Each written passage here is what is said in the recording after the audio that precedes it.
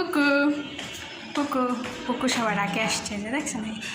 আসো আসো আসো পুকু আসো আসো পুকু আসো আসো বাবু আসো আসো আসো আসো। অনেক পুঁইশাক হয়েছে, পুরো জানলা ভরা পুঁইশাক।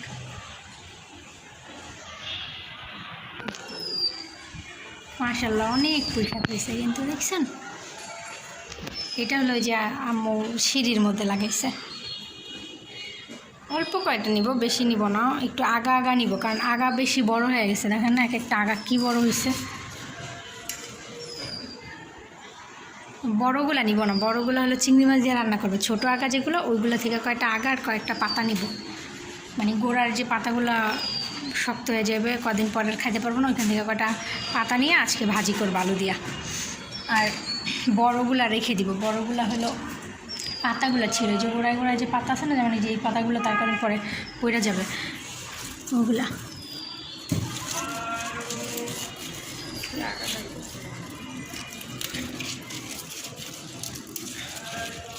এই পুঁইশাকগুলো কিন্তু অনেক মজা। এই পুঁইশাক হলো মানে বিচিও আমার নিজের পুঁইশাক থেকেই করা। এবার তো বেশি লাগাইতে পারিনি পুকুর কারণে, কারণ পুকু হলো গাছের মধ্যে এসে হিসু করতো। বারান্দায় তো করতেই পারি নাই, বারান্দার গাছগুলোর মধ্যে হিসু করতো, যে কারণে সুন্দর হইতো না, গাছ হয় না। ও হিসু করে দেখে ওটা ওখানে হয় না। তো এইখানে আবার আম্মু লাগাইছে, এইখানেরগুলো আবার অনেক সুন্দর হয়েছে, একদম তরতাজা।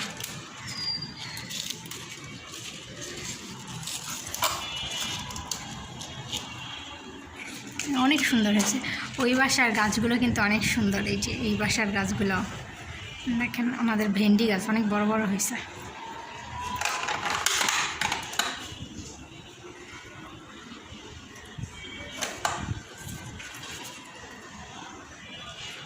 কাটবো, ছুরিটা করলাম কি? ধরো তুমি ছোটো করে আছো, অল্প একটু কাটবো, বেশি না।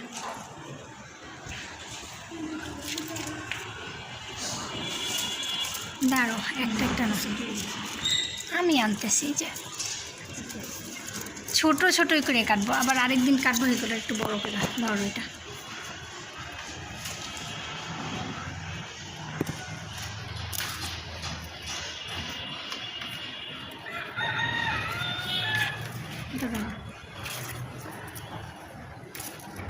ধর অত দূরে কাটবো না, এইগুলো রান্না করতে, এগুলো ভাজিতে মজা লাগে না। এটা ধরো,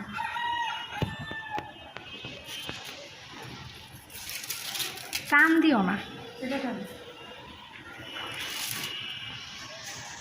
ওই বারান্দায় কয়েকটা আছে না, সেখান থেকে কয়েকটা নেব। দাঁড়ান, কয়েকটা পাতা ছিঁড়ে।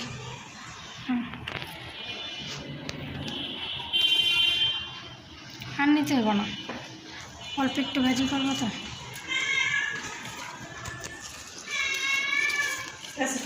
পুকু কই তুমি?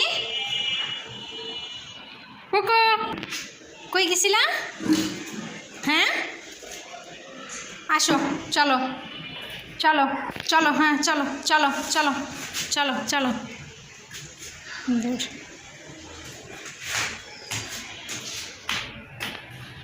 চলো চলো।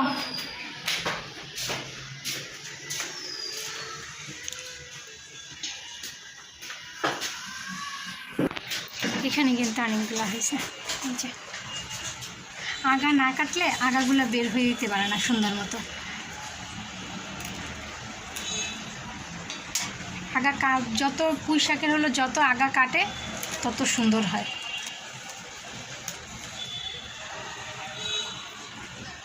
যেখানে হয়েছে মোটামুটি অনেক ভালো।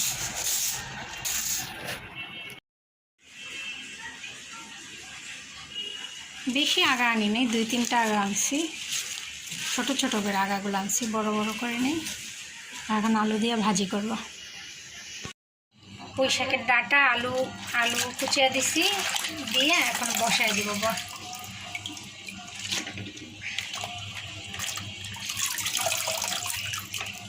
বেশিরভাগ সময় পুঁইশাক রান্নাই খাই, কিন্তু আমার কাছে ভাজিটা ভালো লাগে। আগে আম্মু ভাজি করতো, এখন আর ভাজি করে না, এখন খালি রান্নাই করে।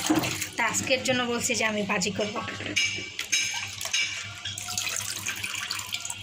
এই কড়াইটা যেন কেমন হয়ে গেছে আমার চারোপাশ, এটা একটু ভালো করে ওই যে ফ্রাই প্যান যেভাবে পরিষ্কার করছি কড়াইটা একটু পরিষ্কার করা লাগবে। কালকে দিও, কালকে পরিষ্কার করে ফেলবো। হ্যাঁ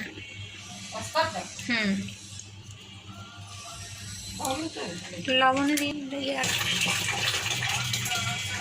কাঁচামরিচটা এখনই দিয়ে দিব, তাইলে কাঁচামরিচের ভিতরে ঝালটা পুরোপুরি বের হবে। কাঁচামরিচ আর লবণ দিয়ে বসাই দিব। লবণ অল্পই দিব কারণ শাক খুব কম। বসাই দিছি ঢাকনা দিয়ে। চুলাটা এখন জ্বালায় দিই।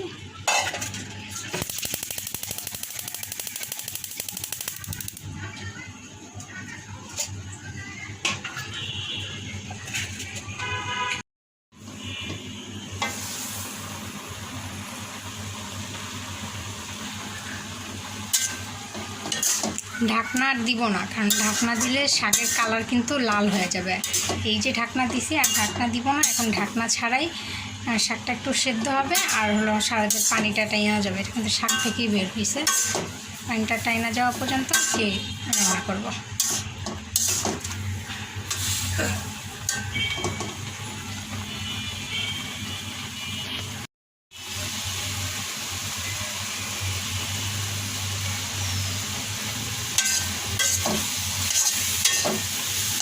শাক ভাজি কিন্তু সেদ্ধ হয়ে গেছে, যে আলুটা অনেক সুন্দর সেদ্ধ হয়ে গেছে, ডাটা সেদ্ধ হয়ে গেছে। এখন বাগার দেওয়ার টাইম হয়ে গেছে। আর দেখেন কালারটা কিন্তু অনেক সুন্দর, যেমন সবুজ তেমন রয়েছে, তারপরে একদম ঘাটা ঘাটা হয় না, ঝরঝরা হয়েছে। বাগারে আরও সুন্দর ঝরঝরা হয়ে যাবে। ভাজি তো এর জন্য একটু তেল বেশি খাইতে হয়। কালিজিরার থেকে একটা ঘ্রাণ।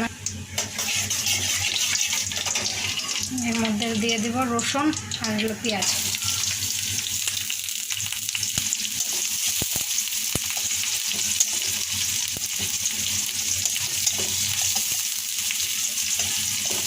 ভাজি তারপরে হলো নিরামিষ, এগুলোতে হলো কালিজিরাটা ভালো লাগে। একটু কালিজিরা দিলে ঘ্রাণটা সুন্দর আসে, আর মাঝে মাঝে একটু চাপ মুখের মধ্যে দাঁতের মধ্যে পড়ে, ভালো লাগে। যে পেঁয়াজটা লাল হয়ে আসছে, এখন দিয়ে দিব।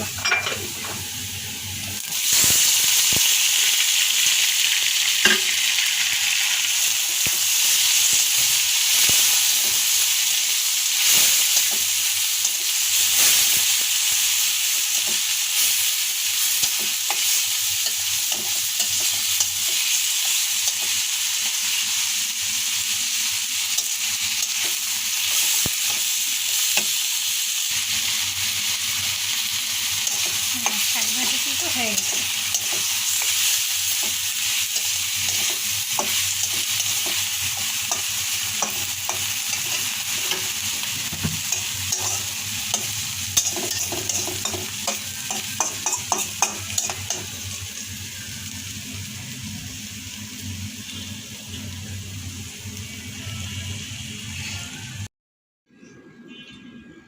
শাক রান্না শেষ।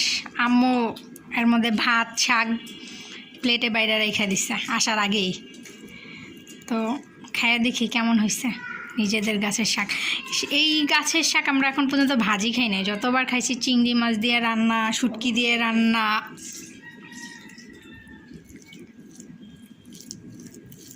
আজকে প্রথম ভাজি শাক খাইতেছি নিজেদের গাছের। বিসমিল্লাহ।